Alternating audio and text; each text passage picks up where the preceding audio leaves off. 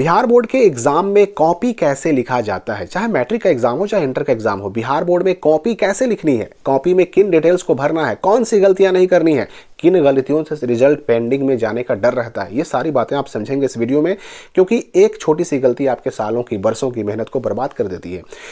ये कॉपी जो आप अपने सामने देख रहे हैं, जब आप एग्जाम में जाइएगा तो आपको यही कॉपी मिलेगी सेम टू सेम। ये कॉपी का फ्रंट पेज है, सबसे पहला वाला पेज, पहली नजर आपकी इसी पे पड़ेगी। इसमें अगर गौर से देखिएगा ना तो इसमें 3 भाग किए गए हैं। यहाँ पर देखिए एक फाड़ने का निशान है और एक यहाँ पर फाड़ने का निशान बना हुआ है। ये वाला भाग कहलाता है दाहिना भाग, ये वाला भाग कहलाता है बायां भाग, लेफ्ट पोर्शन, और ये है बीच वाला भाग। आपको जो काम करना है ना, यानी जो भी आपको लिखने हैं, पढ़ने हैं, डिटेल्स वगैरह भरने हैं, तो आपको भरना है या तो इस दाहिने भाग में और फिर बाएं भाग में। बीच वाले भाग में आपको कुछ नहीं करना है। बीच वाले भाग में काम किसको करना होता है, तो इसमें डिटेल भरते हैं आपके कॉपी को चेक करने वाले टीचर। जब आप एग्जाम देके जमा कर देते हैं, रिजल्ट से पहले जब कॉपी चेक होती है तो कितना नंबर आपको मिला वो सब चीज़ यहाँ पे भराता है, कितना मार्क्स आपको मिला, वो सारी चीज़ें काम आपका नहीं है, ये एग्जामिनर का काम है, कॉपी चेक करने वाले टीचर का काम है। अब इसमें काम क्या करना है, सबसे पहले तो जैसे ही ये कॉपी आपको मिले, इसमें देख ये लेना है कि भाई कॉपी आपका अपना ही हो, फोटो से, नाम से, इसके अलावा रोल कोड और रोल नंबर से मिला लेना है। और दूसरी चीज़ ये देख लेनी है कि सब्जेक्ट जो उस दिन होना चाहिए उसी सब्जेक्ट की कॉपी आपको मिली हो। इतना देख लिया, आप कंफर्म हो गए कि मेरी अपनी कॉपी है। अब इसमें डिटेल भरना शुरू कर दीजिए। नाम वगैरह छपा हुआ है ही, करना क्या है आपको, तो 10 नंबर कॉलम 11, 12, 13 और 14, ये 4 चीज़ें भरनी है दाहिने साइड में और कुछ बाएं साइड में भी। तो 10 में क्या करना है आपको, सेट कोड भरना है। अब सेट जो होता है, क्वेश्चन जो आपको मिलेगा ना, ए से लेकर के जे तक, ABCDEFGHIJ 10 सेट में क्वेश्चन मिलते हैं। आपको ए से लेकर जे तक कोई भी मिल सकता है। जो क्वेश्चन मिलेगा वही सेट आपको यहाँ लिखना है और वही सेट यहाँ पर गोल भी करना है। ए मिलेगा तो ए लिख के ए गोल कीजिएगा, सी मिलेगा तो सी यहाँ पर लिख करके, यानी कि जो मैंने ए लिखा यहाँ पर सी लिख देना है और सी को गोल करना है। अब ये सेट कोड कहाँ से मिलेगा, तो देखिए यहाँ क्वेश्चन का फ्रंट पेज आप देखिएगा तो इसमें आपको यहाँ पर लिखा हुआ मिलेगा क्वेश्चन बुकलेट सेट कोड, यहाँ ए है।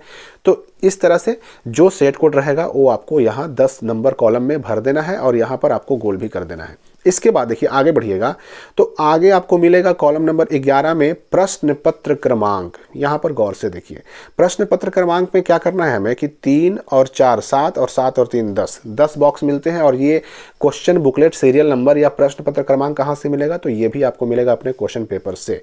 यहाँ कॉर्नर में देखिएगा, राइट साइड में, राइट अपर कॉर्नर पे, तो आप 3 अंक और ये 7 अंक, 10 अंक का देखिएगा नंबर, और यही नंबर आपको कहाँ लिखना है, तो ये वाले 10 बॉक्स में आपको लिख देना होगा, ये 10 बॉक्स में। उसके बाद 12वां में आपको अपना पूरा नाम कैपिटल लेटर यानी कि बड़े अक्षरों में लिख देना है। जो ऊपर छपा हुआ था नाम वही नाम लिख देना है।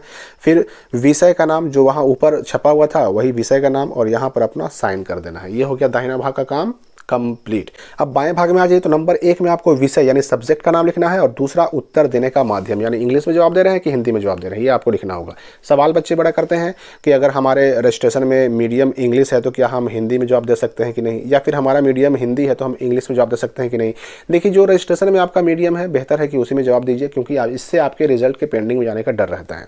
यहाँ भी देखिए सेट कोड भरना है, वैसे ही यही वाला काम करना है। यहाँ पर ए लिख देंगे, ए रहेगा तो, और ए को गोल कर देंगे। उसके बाद लेखक उपलब्ध करवाया गया या नहीं, देखिए ये वाला बहुत इंपॉर्टेंट है। ये किसको भरना रहता है, तो जो बच्चे जिनको आंखों से देखने में प्रॉब्लम होती है उनको स्क्राइब यानी राइटर अलग से दिया जाता है।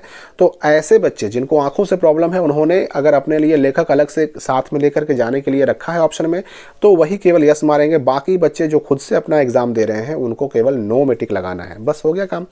अब ये पेज पूरा हो गया। आपको करना क्या है, अब देखिए यहाँ पर नीचे में कोई छेड़छाड़ नहीं करनी है, इसमें भी छेड़छाड़ नहीं करनी है। यहाँ काम करना था आपको, मैंने बता दिया।